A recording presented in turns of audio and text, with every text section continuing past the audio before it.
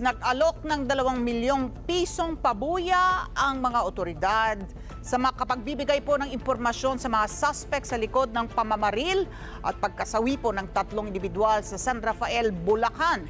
Pinag-aaralan naman ng PNP na irekomenda sa COMELEC na isama na sa election areas of concern ang San Rafael. Kasunod nga nitong insidente na hinihinalang may kaugnayan sa politika. Detalye sa report ni Mar Gabriel.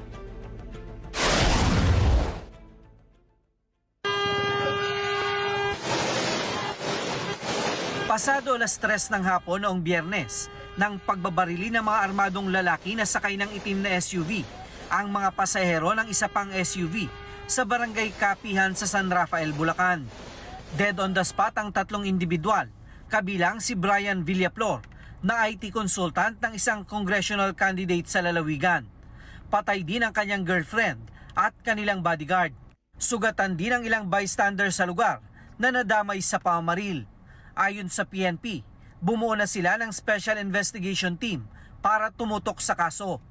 Meron po tayong tinitignan na mga anggulo po dyan, but hindi po tayo makapagbigay ng specific details para hindi po makompromise po at ma-preempt po yung ongoing po nating investigation. Kasama raw sa mga sinisilip sa investigasyon ang posibilidad na may kaugnayan sa politika ang pamamaril.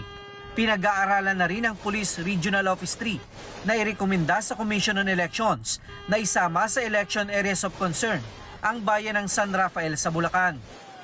Kasama po yan, ma'am, sa tinitignan natin na marahil ito ay politically motivated killings dahil base po dito sa information na isinare sa atin na yung isa po dyan sa biktima ay dati nang nagtatrabaho, at least consultant po sa mga kilala pong mga political figures dyan po sa Bulacan. So isa po yan sa anggulo na titignan po natin.